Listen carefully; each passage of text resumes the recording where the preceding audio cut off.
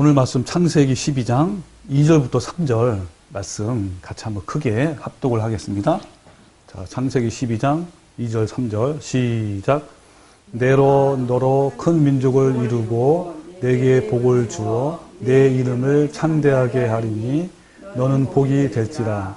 너를 축복하는 자에게는 내가 복을 내리고 너를 저주하는 자에게는 내가 저주하리니 땅의 모든 족속이 너로 말미암아 복을 얻을 것이니라 하신지라. 아멘. 자, 우리 지난 시간에 설교 말씀 기억나요? 오늘 이어서 하신 오늘 그 말씀을 같이 나누려고 하는데, 지난주에 어떤 설교했죠? 우리가 주제가 고양이 교인의 기도와 강아지 성도의 기도에 대해서 우리가 배웠습니다. 기도, 사실 기도가 너무 중요하죠. 사실 지난번에 잠깐 말씀드렸지만 제 경험으로 보면 하나님의 진리를 알고 나서부터 기도에 대한 모든 관점과 개념, 그리고 내용, 또 내 마음 자세, 이런 것들이 전부 다 이제 바뀌는 놀라운 역사가 나타났는데, 지금까지 40년 이상 신앙생활을 해오고 기도했지만 내가 너무나 잘못된 기도를 해왔구나, 이것을 깨닫고 기도뿐이겠어요. 그죠? 우리가 오늘도 아침에 또 일어나서 같이 나눔을 했지만, 성경 말씀이 이제 보면 얼마나 잘 이렇게 쏙쏙 들어오고 잘 이해가 되고, 그리고 진짜 이 말씀이 어떤 뜻인지를 제대로 알고 너무나 기쁘죠. 이 말씀을 하나하나 상고해가면서 묵상하면서 이렇게 읽으면 다 나에 대한 말씀이고, 그것이 적용되니까 얼마나 기쁜지. 사실 성경 말씀 읽을만 해요, 사실. 그래서 이 말씀은 다윗이 고백한 것처럼 뭐와 같이 달다고요? 꿀과 같이, 꿀송이보다 더 달다고 이렇게 고백한 것처럼 그런 것들이 이제 말씀이 이루어지는 것이죠. 그래서 그와 더불어 이 말씀이 내 안에서 성경 말씀이 이루어지는 것처럼 바로 기도도 마찬가지다. 이 기도도 정말 달라지는 기도. 그래서 우리가 말하는 것처럼 고양이 교인의 기도와 강아지 성도의 기도를 우리가 알아봤잖아요. 잠깐 요약을 하면, 고양이 교인들은 단적인 예로 우리가 지난 시간에 예를 들었는데, 바로 그 요술 램프 알죠? 요술 램프를 문지르면 짜잔, 누가 나타나죠? 지니가 나타나서 주인님 무엇을 도와드릴까요? 뭘 원합니까? 하면 이제 이렇게 원하기만 하면 다 갖다 주는 그런 것처럼, 이 고양이 교인들은 바로 하나님의 대상을 바로 지니처럼 본인이 필요할 때면 언제나 부르면 나타나서 자기의 필요를 채워주는 그 하나님으로 이렇게 생각하고 원하고 있고 이렇게 있습니다. 이 사람들은 내가 어떻게 주님을 순종하며 어떻게 변화가 되며 어떻게 하나님의 기쁨이 되고 어떻게 하면 그 하나님의 성품에 참여할까라는 데 관심이 없습니다. 오직 지금이라는 이 시간에 내가 필요한 것들을 위해서 그 필요한 진이 같은 사람이 바로 그들이 원하는, 고양이 교인들이 원하는 그러한 하나님이죠. 그렇지만 강아지 성도는 지금 한 것처럼, 그죠? 내 주인 되신 하나님께 어떻게 하면 순종할까? 어떻게 하면 주님이 기뻐하시는 일을 할 것인가? 그죠? 주님을 따르기 위해서 내가 뭘 해야 하지? 하면서 주님의 마음을 알려고 하는, 애쓰는 그런 사람이 바로 강아지 성도라고 지난 시간에 했는데, 앞에도 잠깐 내가 내 생활을 얘기했지만, 내가 40년 동안 기도를 했지만 정말 고양이 교인으로 신앙생활을 해왔고 그런 기도를 해왔다. 나의 기도의 초점이 바로 나 자신에게만 있는 거, 나를 위해서 내가 필요한 것, 내가 원하는 것, 이것을 막 구하는 그러한 신앙생활을 했습니다. 그래서 이것처럼 나뿐만이 아니죠. 오늘날의 많은 한국 교회는 부흥을 했지만 대부분 고양이 교인들만 이제 가득 채웠고, 그들의 기도는 바로 하나님께서 빗나간 그런 기도입니다. 하나님과 상관이 없는 기도를 많이 하죠. 하나님께서는 마태복음 6장 7절에 있는 말씀처럼 기도할 때에 이방인같이 중언부언하지 말고 그들은 말을 많이 해야만 하나님이 들을 줄 안다 라고 말씀하셨어요. 그렇게 하지 말라라고 했는데, 오히려 한국 교인들은 더 세게, 또 많이 많이 기도하고, 새벽 기도하고, 금식 기도하면서 기도하고, 뭐 이러면서 계속 되풀이하면서 자기 문제를 끊임없이 기도하는 거예요, 하나님께. 또 하고, 또 하고. 이만큼 하면 안 들을 것 같아. 또 틈내 또 하고. 이러면서 이제 기도를 저도 이제 이렇게 해왔죠. 또 하나님은 그들을 본받지 말고 구하기 전에 너에게 있어야 할 것을 하나님께서는 아신다. 그리고 너희는 먼저 그의 나라와 그의 일을 구하라. 그러면서 먹을 것, 입을 것, 또 마실 것을 위해서 염려하지 말라. 염려하지 말라는 뭐예요? 그걸 위해서 기도하지 말라는 거예요. 여기 있는 것처럼 하나님께서 다 아시는 거거든. 너희는 먼저 뭘 구하라고요? 그는 그를 구하라.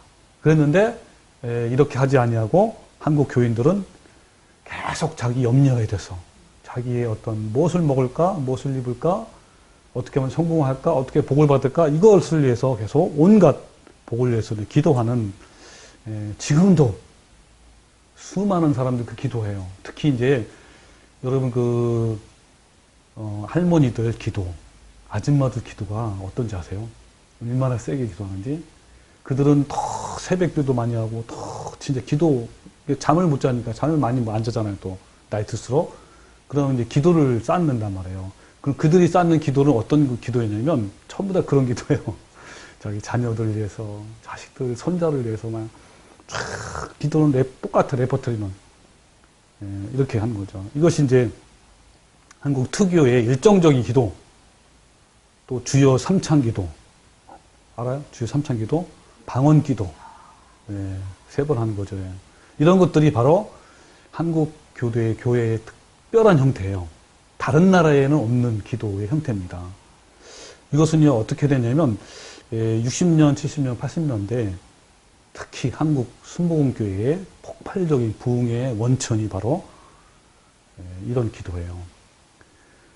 아마 그때 70년, 80년대에 이 순복음교회가 얼마나 많이 부흥이 됐는지 뭐 몇만 명이 아니라 몇십만 명에서 100만 명 이렇게까지 그 짧은 시간에 엄청 폭발적인 그런 그 부흥이 됐는데 도대체 전 세계에서 너무나 이제 관심이 가는 거 도대체 어떻게 했길래 한국에 그렇게 부흥했냐. 그래가지고 그때 당시에요. 이제 70년, 80년, 90년대 수많은 목회자들이 한국을 방문한 거예요. 도대체 부흥의 원인이 뭐냐. 그래서 그들이 결론 낸 게 뭐냐면 열정적인 기도. 이제 순복음교회 기도의 원천이 기도하는 기도. 그래서 그의 기도 중에 이제 가장 큰 것이 통성기도예요. 뜨거운 기도, 통성기도. 통성기도를 할 때 뭐 하냐면 주여 삼창. 주여, 주여 3번을 한 다음에 바로 그런 모드로 이제 기도가 이어지는 거예요. 열정적인. 그래서 바로 이런 기도구나 해가지고 이 사람들이 이제 한국 방문한 사람들이 각 교회에 가서 이거를 전부 한 거예요. 그래서 그들이 이제 주여 삼창을 하는데 처음에는 이렇게 했나 봐요. 이제 듣기로는 영어로 주여가 뭐죠? 로드잖아. 로드. 근데 이게 안 되는 거야, 이 로드가. 그래서 한국 사람 똑같이 하자. 그래가지고 똑같이 주여를 해요. 3번. 그 다음에 이제 그들이 이제 언어로 하는 거죠. 주여는 똑같이 하면서 이제 이렇게 했다고 합니다. 그래서 한국에선 왜 이런 광적인 기도가 일어날까요? 한국 기도의 그 특유한 그 기도가 뭐냐면 열정적인 기도, 광적인 기도, 끈질긴 기도, 그 다음에 복을 비는 기도, 매달리는 기도, 한 맺히는 기도. 자, 이런 것들이 바로 한국 특유의 기도인데, 자, 왜 그러냐면요. 이것은 한국만의 토속적인 무속 신앙에서 비롯된 거예요. 기독교가 들어오기 전에 그 산신령, 알죠? 산신령 또는 천지신령.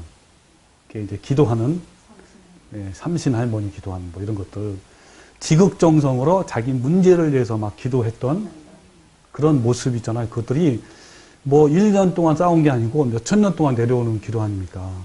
그래서 뭐 물 떠다가 이제 지극정성으로 뭐 반낮 기도하고 100일 기도 나오고 거기서 뭐 이러한 것들이 이제 모든 종교에 다 들어가 있어요.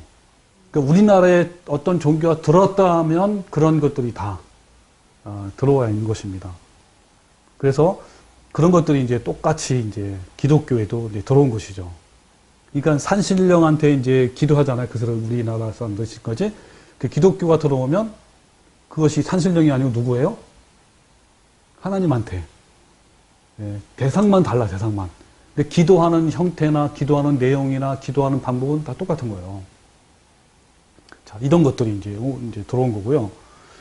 그 다음에 두 번째는 이제 무속 신앙, 그러니까 민속 신앙과 무속 신앙입니다. 아까 무속 신앙은 뭐라 그랬죠? 천지신령, 산신령 또는 조상신령에게 이제 이렇게 기도하는 이제 그런 것이고, 무속 신앙이 뭐냐면 우리나라 전통사에서 난 무당, 이제 무당 초자연적인 존재, 어떤 신령한 거, 그 다음에 뭐 신비적인 거, 이런 것들을 통해서 이제 구체적으로 이 무당이 하는 구체적인 일이 뭐냐면 어떤 신 내림을 통해서 질병을 이제 치료하고, 그 다음에 이제 예언하듯 점치는 거, 막 신령한 막 이렇게 그 무화 경지에 들어가서 미래를 뭐 점친다든지 예언한다든지 뭐 길흉화복을 뭐 이런 것들을 하는 것이 바로 무당과 연결된 것인데,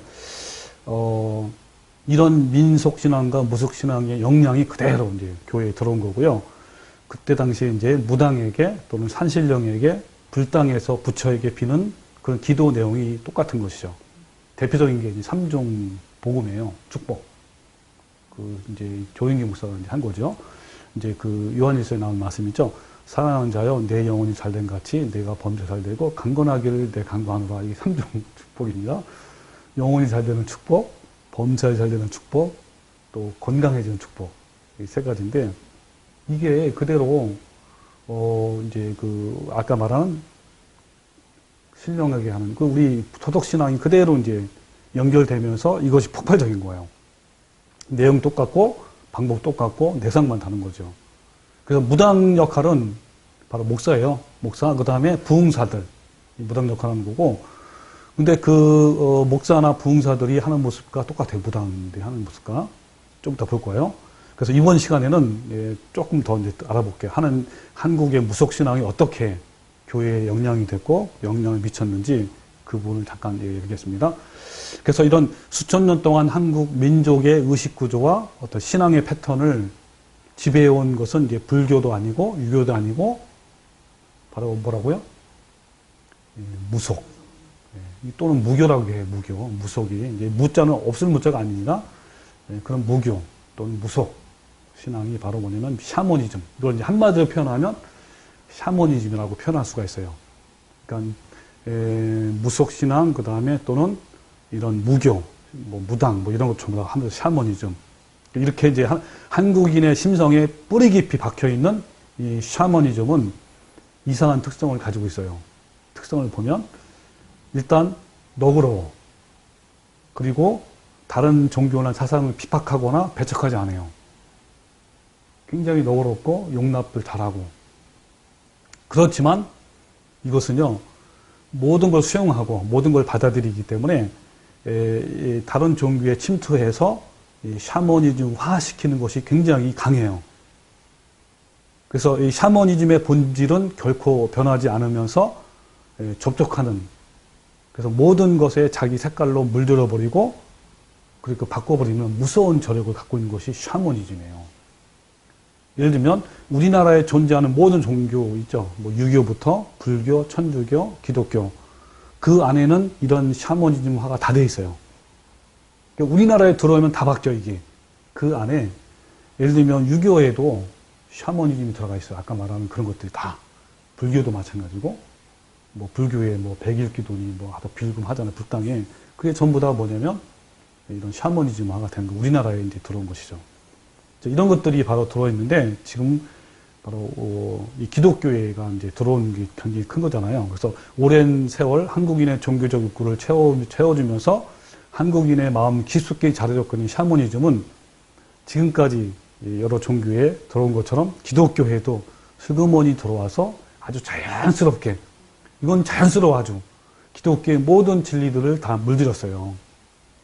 아주 자연스럽게. 왜냐면 우리나라의 그 모든 문화가 다 거기에 왔기 때문에 그냥 뭐 이걸 뭐 이렇게 구별하든지 분석한다든지 이런 틈이 없어. 그냥 자연스럽게 이제 묻어난 것이죠.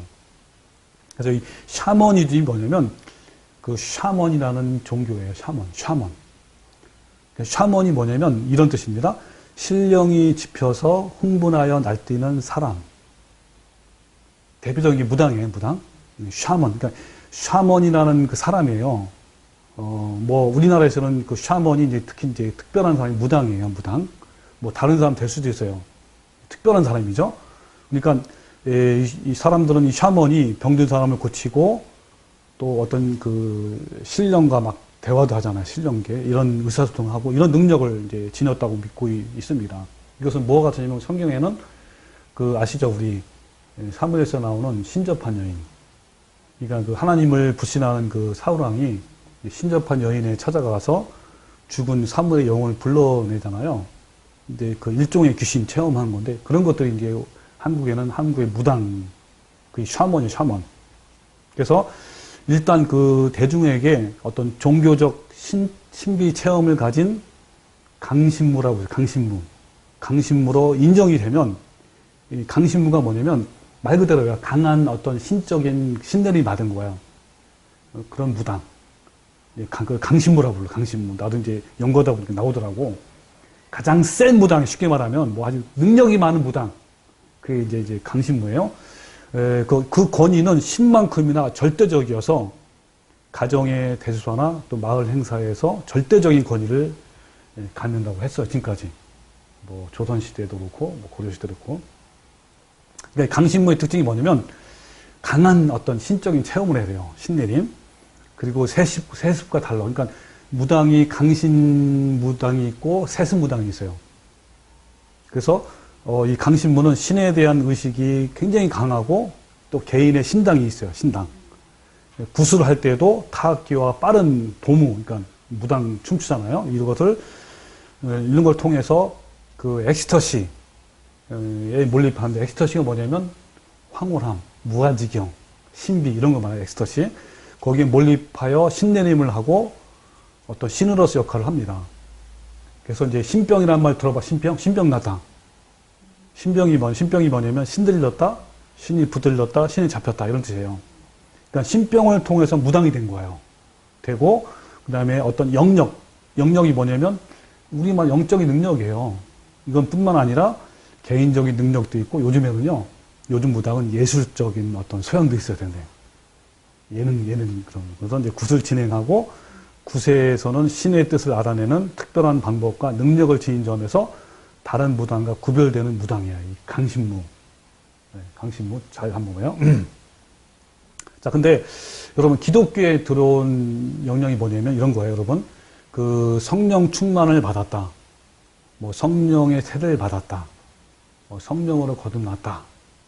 이것은 어떤 거죠? 우리가 배운 것처럼 진리를 깨닫는 것부터 성령 충만이 뭐죠? 이거 날마다 주님을 닮아가는 삶. 자아를 죽이고 십자가에 못 박고 나 자신을 그리고 매일매일 주님의 그 좁은 길을 걸어가는 그게 주님의 발자취 아닙니까? 주님이 가신 길을 갈 때 정말 얼마나 그 기쁘고 성령 충만한지 그잖아요. 그죠? 그게 이제 이 성령 충만을 받았다라고 하는데 근데 우리는 그렇게 생각하지만 대부분 많은 교회들은 어떻게 생각하냐면 성령 충만하다는 게 뭐냐면 입신해서 알죠? 입신하면 막 쓰러지잖아요. 엑스터시 어떤 체험을 하는 거야. 무아지경, 신비, 황홀경 이런 것에 들어가는 것이 바로 성령 충만함이에요.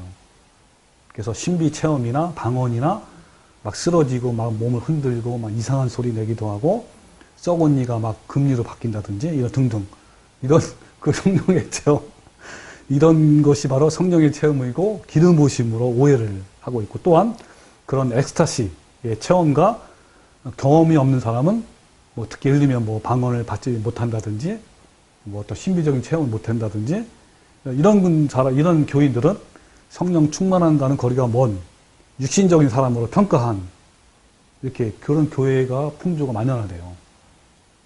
그래서 우리도 이제 다녀와야 했지만, 막 신비한 체험을 한다는 분들은 굉장히 부러워해. 와, 저 사람 뭐, 그래서 그런 거죠. 그래서 이 샤머니즘적인 사고방식은 어떤 강신 체험과 엑스타시가 필수적인데, 마찬가지로 기독교 안에서도 마찬가지예요. 신비 체험, 그 다음에 엑스타시, 아까 말한 무아지경, 그 다음에 이런 것들이 지나치게 강조하고 있고요. 그것이 마치 이제 있어야만 옳은 교회고 또 성령 받은 신자가 된 것처럼 생각을 합니다. 또한 그것이 성령의 사역과 은사로 오해돼요. 그런 사람도 이제 그렇게 이제 그런 한글, 저 사람은 성령의 은사를 받았어. 예를 들면 이런 거죠. 알아들을 수 없는 방언의 은사. 방언의 은사는 그게 아니죠. 외국어를 말하는 거예요. 근데, 그렇죠. 근데, 그때 당시 이 사람들은 뭐라 그러냐면, 외국어의 방언 은사가 아니라, 그때 당시 고린도 교회 신전에서 큰 신전이에요. 고린도 교회만 있던 신전인데, 거기서 여사제들이 알아들 수 없는 찌꺼리가 막 하는 말이 있잖아요. 그거를 이제 그대로 이제 받아서 이제 고린도 교회 하는, 그걸 보고 방언의 은사라고 하는 거예요. 그리고 예언의 은사도 성경에서 말하는 예언의 은사는 어떤 점치는 것처럼 그런 거 아니고 하나님의 말씀을 깨달은 말씀 가지고 권면하고 그 말씀 가지고 이렇게 하는 것이 이제 예언인데 마치 무당처럼 뭐 점치는 거 이렇게 이제 하고 있습니다. 그리고 병 고치는 것도 사실은 저도 이제 무당들 우리 집 굿 많이 해봤어요. 해보고 또 실제로 무당들이 와서 굿해가지고 병을 낫는 사람도 있어. 근데 완벽한 반드시 해발라 100% 무당한테 하는 거는 그냥 일시적으로 그냥 병 낫는 거예요. 근데 요즘에 요즘 치유의 은사 뭐 해가지고 신의 은사 봐가지고 뭐 교회에서 이런 어떤 병 고침을 받잖아요. 근데 그거 똑같아. 완벽한 예수님께서 여러분 복음서 읽으면 예수님이 병 고칠 때 완벽했어요? 아니면 어설펐어요?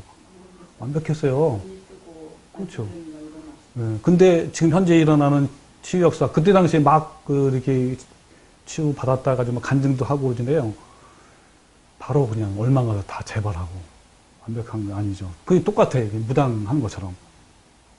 그래서 어쨌든 이 무당의 강신 체험이나 엑스타시 비슷한 경험에 간증을 해야만 그런 교회에서 환영을 받게 되고 이런 풍조까지 나와요. 그래서 보통 이렇게 이제 그런 교회는 뭐냐면 이제 간증을 하잖아요. 그러면 체험하는 위주로 막 이렇게 간증을 합니다. 그래서 이 김태근 교수가 기독교의 성령 체험을 샤머니즘에서의 20신 현상과 비교를 조사해 봤는데 그 조사 내용을 보면 성령 체험자들이 거의 모두가 생명 체험의 증거로 뭘 얘기하냐면 손끝이 떨리고 진동이 오고 몸이 화끈거리고 불을 느끼고 방언을 말하고 어떤 그 환상과 체험, 환청. 자, 이런 것들을 이제 체험 결과 보통 이제 이렇게 조사해 보니까 그런 것들이 똑같아요. 무속 신앙과. 예. 자, 이런 것들이 우리나라에서는 왜 더 많이 들어오냐면 수천 년 동안 이렇게 해왔기 때문에 그런 것들을. 그래서 한국 교인들은 특히 목회자에게 신의 은사가 있어서 병을 치유하는 능력을 가진 목사를 굉장히 기대해요. 저도 옛날에 이제 어떤 능력을 많이 구했냐면 저게 병 고침의 은사 달라고 옛날 베드로처럼 바울처럼 손 대기만 하면 얼마나 기도했는지 그래야 내가 목사도 하지 않겠습니까 하면서 이제 이게 나만 그런 게 아니라요. 특히 목회자들의 대부분 기도가 그거예요. 왜냐하면 그런 신의 은사가 있는 교회를 해야 때 없이 물려오던 그런 은사가 있는 그런 기도는 목사는요 금방 부응이 돼요. 순식간에. 그리고 교인들은 어떤 욕구가 있냐면 안수기도 해가지고 막 신의 은사 뭐 이런 것들을 막 원하고 또 대제적으로 또 선정하기도 합니다. 그래서 그런 목사들이 소문이 나면 너도 나도 안수받기 위해서 막 능력받기 위해서 병받기 위해서 엄청 여러 번 예수님 당시에도 그랬잖아요. 수많은 사람들이 몰려온 것처럼 같은 거죠. 그 병의 치료를 하나님께 맡기고 병의 원인을 되는 것을 제거하고 그죠? 겸손히 그의 결과를 기다리는 자세가 아니라 그 하나님을 강제로 억지로라도 치유의 기적을 일으키려고 하는 그런 것들이죠. 신령을 불러내리는 이 샤머니즘의 의식처럼 목적 달성을 위해서 하나님을 불러내야겠다는 그런 생각. 무당 국가인데 똑같은 그런 현상입니다. 그래서 한국 교인들이 하는 안수기도나 통성기도나 금식기도 이런 것들은 전부 다 뭐냐면 똑같아요. 하나님 불러내어서 그 하나님께 내 소원을 더 알아주고 그래서 해결받으려는 수단으로 사용되는 것이죠. 공중 예배에서도 많은 고양이 성교인들은요, 말씀과 어떤 복음주의의 어떤 중심의 예배가 아니고 그런 데서는 별로 만족을 못 느껴요. 큰 소리로 막 울고 통성기도하고 열광적인 분위기의 예배 이런 데를 너무 원하는 거예요. 그래서 요즘에 옛날처럼 말씀을 막 선포하고 그 말씀의 은혜를 받고 그래서 말씀대로 살아야겠다라는 그런 교회들이 이제 어떻게 바뀌냐면 지금처럼 바뀌는 거예요. 밴드 불러다가 막 밴드하고 막 찬양하고 찬양을 많이 하잖아요. 이제 그래서 이제 거기서 막 울기도 하고 뭐 은혜 받기도 하고 뭐 이런 걸로 많이 바뀌어요. 그래야만 또 교회가 붕대다 보니까 이렇게 바뀌는 겁니다. 이것은요 말씀에 변화시키는 능력에서 만족과 희열을 느끼는 것이 아니고 열광과 엑스터시와 큰 소리와 격정적인 분위기 속에서 일종의 그 샤머니적인 카타르시스를 기다는 우리나라의 특유한 다른 나라도 있지만 우리나라 특별히 이제 그런 것이 강하잖아요. 자, 이런 것들이 기도에도 영향을 미치는 거야. 기도. 자, 그래서 사람들은 이렇게 합니다. 샤먼 앞에 무당 이런 거야. 앞에서 엎드려서 자신의 문제를 샤먼이 대신 빌어주고 간청하기를 이제 바라잖아요. 막 돈도 내고. 그래서 무당들 굿하는 거 보면요. 계속 돈을 구해요. 그래서 돈을 막 그 돼지에다 쑤셔놓고, 그 돼지머리에다가. 그리고 막 계속 돈을 내야. 막 무당이 굿하면서 돈 더 내, 막 이런 데가 이런 거예요. 근데요, 와, 이런 모습이 오늘날 한국 교회의 모습과 얼마나 똑같은지. 목사와 부흥사가 바로 무당이에요. 그리고 비는 막 빌잖아, 이렇게 무당할 때. 그게 교인들이에요. 그래가지고 막 돈 엄청 냅니다. 그래서 이 카리스마적인 목사, 능력 있는 목사가 왔다. 그러면요. 사람들은 그 교회로 몰려들고요. 그는 신비한 체험을 하고 병을 고치고 뭐 사후세계에 막 통한다는 소문이 나고 대중들은 그 뭐 예언의 말씀을 듣길 원하잖아요.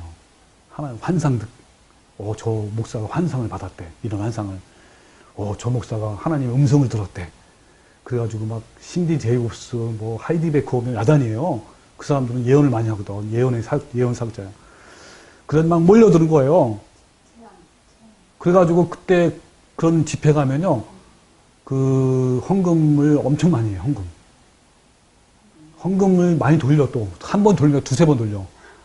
그래가지고 얼마나 많이 돈이 많이 몰리는지 다른 데에서 그런 집회하는 것보다 그런 집회가 두세 배 많대요, 이게. 돈이. 금가루도 막 내리고. 금리가 막 바뀌고. 이러니 사람이 미치는 거예요. 그런데 가보세요, 진짜. 사람이 거기 안 넘어갈 수가 없다니까? 와, 진짜. 그 막 돈을 막 내게 되고. 그래서 이건 뭐냐면 신령을 지표 흥분하는 그 샤먼처럼 막 강단을 장악하죠. 그의 말 한마디에 신께 하듯 절대 복종하듯이 그 앞에 엎드려서 막 자신의 문제를 막 기도하고 간청하고 막 신처럼 권위를 가진 무당이 안수해지길 원하는 것처럼 막 빌고 또 빌고 돈 내고 또 돈 내고 이런 것처럼 교회에서도 옛날에는 더 심했죠. 불의 사자, 은사의 종, 신유의 종이 왔다. 신령한 은사가 있고 막 이런 것들을 막 저 목사는 예언을 잘한다. 뭐 이런 것들 뭐 이런 능력이 있는 주의 종들 앞에서 대중들이 낸 돈 헌금이 얼마나 많은지요. 그 헌금으로 교회당은 점점 커지고 더 건축되고 옛날에 조인 목사님이 이제 옛날에 막 이렇게 신유에 막 안수해주고 했잖아요. 한참 그 조인 목사님 뜰 때는 어떤 일이냐면 그냥 이 강대상에 올라가서 기도하면 여기저기서 막 병 고침 받아요. 그냥 그래가지고 이제 예언해. 저기 어디에서 어떤 사람이 병 고쳤습니다. 저기서 어떤 사람이 병 고쳤습니다. 이렇게 예언해요. 그렇게 바뀌었어요. 나중에 보니까 잠시 조금 나은 것 뿐이에요. 다시 재발되고. 그런 일이 없는데도 그렇게 이야기할 수 있다. 그렇게 할 수도 있고요. 서로 이렇게 짜고 하는 것도 많고. 그러다 보니까 뭐 요즘에 뭐죠? 입시 기도회, 축복 기도회, 신유 부흥회, 예언 치유, 성령 치유, 성회, 뭐 사도적 능력, 성령의 기름 부음의 성회, 성령의 기름 부으심 이런 것들. 여기 앞에도 보면 그 성령의 기름 부으심의 치유회 이런 교회도 있어요. 바로 앞에. 어쨌든 그래가지고요. 이런 그 능력을 받잖아요. 그러면 막 쓰러지고 팍팍 쓰러져요. 난 많이 봤어 아주. 근데 나는 안 쓰러져. 어떤 때는 안 쓰러지니까 한 번인가 하는데 쓰러진 척했어. 왜냐면 쓰러져야 성령 충만함을 그렇게 인식되니까 그 교회에서는. 그리고 막 방언도 하고 막 통곡 소리 하고 막 비명 소리 나고 뭐 복을 받기 위해서 막 믿고 질병을 치유하기 위해서 기도하고 물질의 복을 받기 위해서 헌금하고 만사 형통을 위해서 예배 보고 이것은요 예배가 아니라 뭐요? 샤먼 의식입니다. 이런 말도 있어요. 초창기에 내가 그 옛날 그런 교회 다니는 초창기에는 그 성령 사역에도 종류가 있대요. 종류. 지금 너무 섬찟해.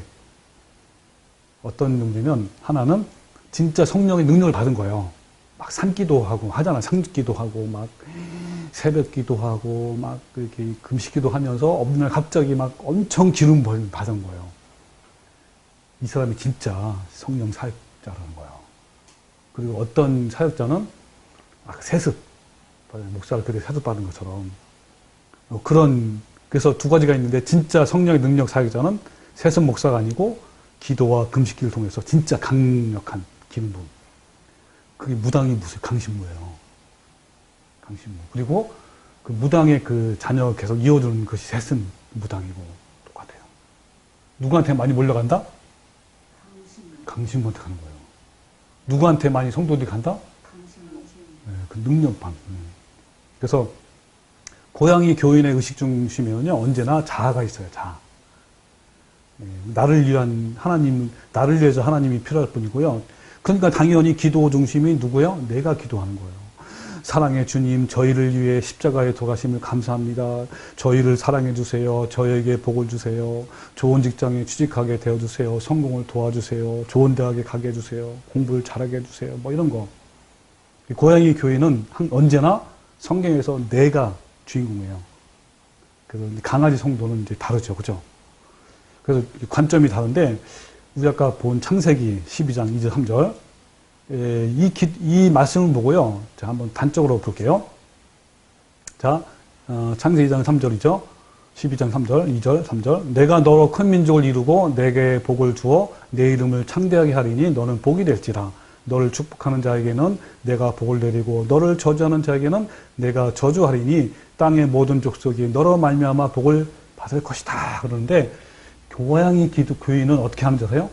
고양이 목사나 고양이 교인은 어떻게 할까요? 기도를 이렇게 해석을 합니다.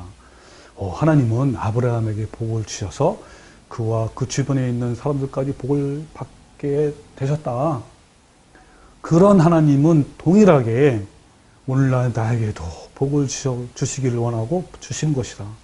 또 나에게 복을 주시고 나아가서는 내 주변에 있는 사람, 나를 통해서 내 주변에 있는 이웃 사람에게도 막 복을 주시고 또 나는 복의 근원이다. 이렇게 해석을 해요. 그렇게 또 고향 목사는 그렇게 설교하고. 근데 강아지 성도는 어떤지 아세요? 왜 하나님은 아브라함에게 큰 민족을 이루게 하실까? 왜 하나님은 그를 이름을 창대하게 했을까? 왜 그를 통해서 이웃이 복을 받을까? 하나님의 목적은 무엇이지? 하나님 뜻은 무엇이지? 이렇게 이제 늘 생각하는 거죠. 묵상하고. 그래서 강아지 성도는 하나님의 마음을 읽어요. 근데 고양이 교회는 절도 아니죠. 왜냐하면 이 강아지 성도는 무엇을 듣거나 읽거나 묵상해도 자신의 초점이 아니고 누구의 초점이에요? 하나님의 초점을 맞추기 때문에 그래서 이렇게 해석을 해요. 강아지 목사나 강아지 성도는 땅의 모든 족속이 너로 말미암아 복을 받을 것이다. 어떻게 해석하냐면 하나님의 관심은 사실 모든 백성에게 있잖아요. 그죠? 그래서 이스라엘 민족, 그러니까 모든 백성을 구원하기 위해서 먼저 누굴 부르신 거예요? 아브라함을 부르시고 아브라함을 통해서 큰 민족을 이루고 그 아브라함을 통해서 누굴? 전 세계의 만민에게 뭘 전파하기 위해서? 복음을 전파하기 위해서 그 모든 민족이 복음을 받고 그리고 하나님을 믿게 하기 위해서 그러므로 아브라함과 그를 통해서 이루어지는 그 모든 민족은 뭐요? 이 아브라함과 이 사실 이스라엘 민족은 하나의 사명자예요. 사역자로 부른 거야. 쉽게 말하면 우리 개인적으로 말하면 사역하는 나라로 부르신 거란 말이에요. 그래서 아브라함은 하나님을 모든 백성들이 동일한 믿음을 갖도록 사명자로 이스라엘 민족을 세웠고 그 민족은 세계 만 백성에게 하나님의 품성과 말씀을 드러내고 보여줘야 되고 그들을 전파해야 할 그래서 하나님이 부르신 목적이 그거란 말이에요. 이렇게 보는 거예요. 얼마나 다릅니까? 그래서 이것뿐만 아니라 여러분 그 다니엘이 이제 하나님의 그 뭡니까 그 나라의 법을 어겨서 다니엘의 그 뭡니까 사자굴에 떨어지잖아요. 다니엘 사자굴에 그 사건을 읽고 그 성경 말씀을 읽고 어떻게 해석을 하냐면 고양이 교인들은 어떻게 해석할 것 같아요? 이거 다니엘이 사자굴 속에서도 사자한테 먹힘을 당하지 않고 보호를 받았잖아요. 이거를 보고 어떻게 고양이 교인들은 어떻게 해석할 것 같아요? 또 그렇지.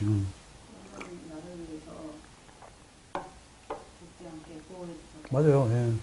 그러니까 이들은 뭐라 그러냐면 하나님께서 다니엘을 보호하신 것처럼 모든 어려움에 나를 보여주시고 모든 고난에서 건져주시고 모든 악에서 나를 다 보여주셨어요. 근데 어때? 이분들은 그렇게 고난이 왔을 때 어때요? 낙심하고 말아요. 낙심. 그러나 강아지 성도는 어떻게 질문합니까? 왜 하나님께서 그렇게 하셨을까? 무슨 특별한 목적이 있을까? 왜 그럴까? 하나님 뜻이 뭘까? 하면서 그때 당시에 그 페르시아 다리오 왕 때 아닙니까? 다리오 왕에 대한 그 말씀이 이어져요. 그 다니엘서 6장 이제 그 사건 이후에 어떤 말씀이냐면 6장 24절부터 말씀인데 읽어볼게요. 다니엘이 이제 너무 다리오 왕이 너무 놀란 거예요. 그 사자굴에서 건져주신 그 하나님의 능력을 보고 어떤 조서를 내겠냐면 이렇게 조서를 내세요. 내 나라 관할 아래에 있는 모든 사람들은 다 다니엘이 하나님 앞에서 떨며 두려워할지니 그는 살아계시는 하나님이시여 영원히 변하지 아니하시며 그의 나라는 멸망하지 아니할 것이요 그의 권세는 무궁할 것이며 그는 구원도 하시며 건져내기도 하시며 하늘에서는 땅에서는 이적과 기사를 행하시는 이로써 다니엘을 구원하여 사자의 입에서 벗어나게 하셨다. 그러니까 하나님의 영광을 드러내는 만방에 그러니까 다니엘을 구원한 것은 바로 그런 목적이에요.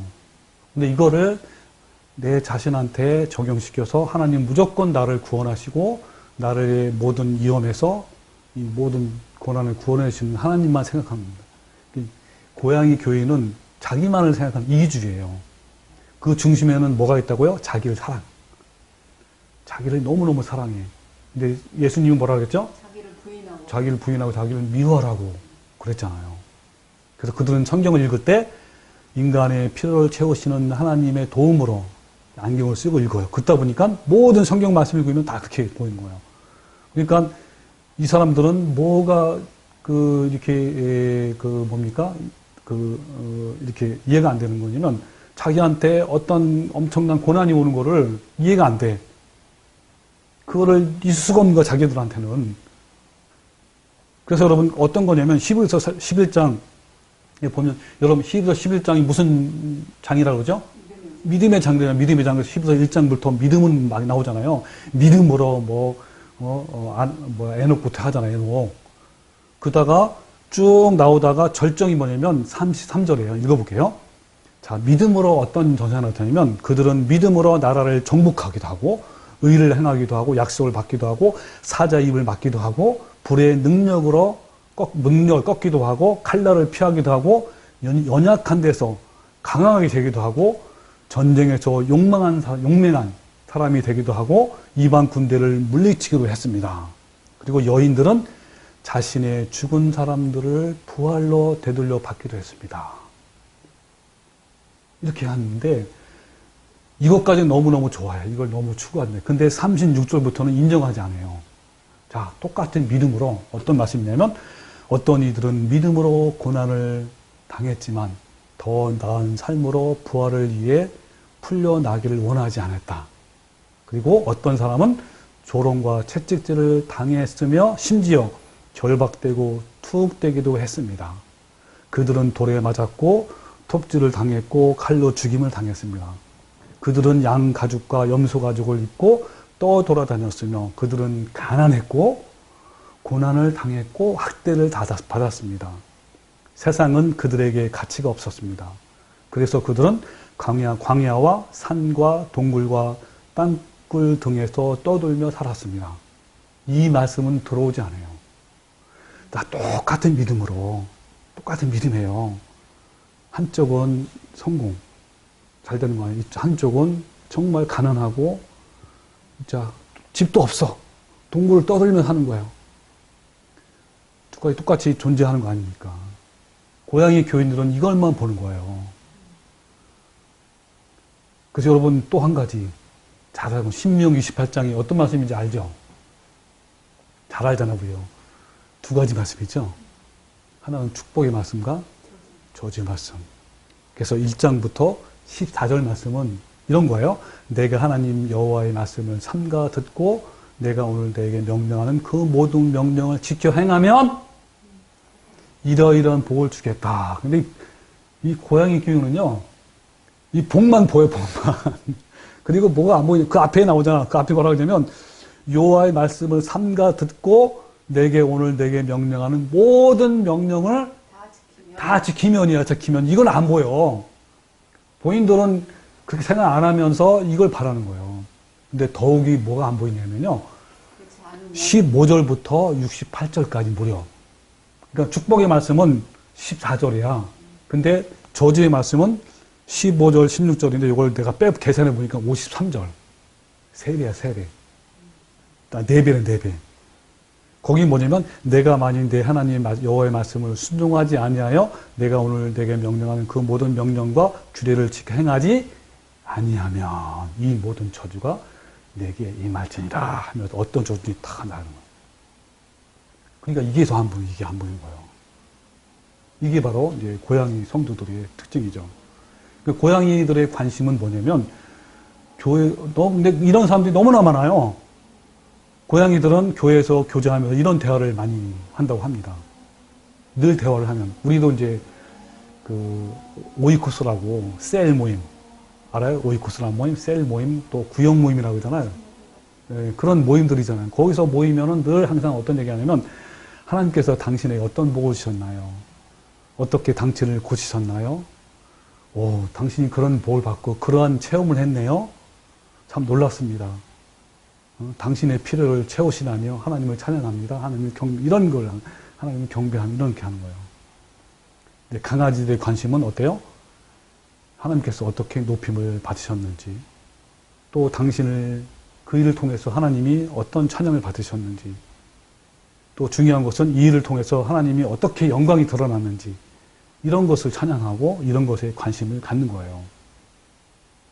그래서 이제 그 바울의 그 체험이 나오는데 바울이 이제 고린도전서 11장에 어떤 말을 하냐면 본인의 그 얘기를 해요.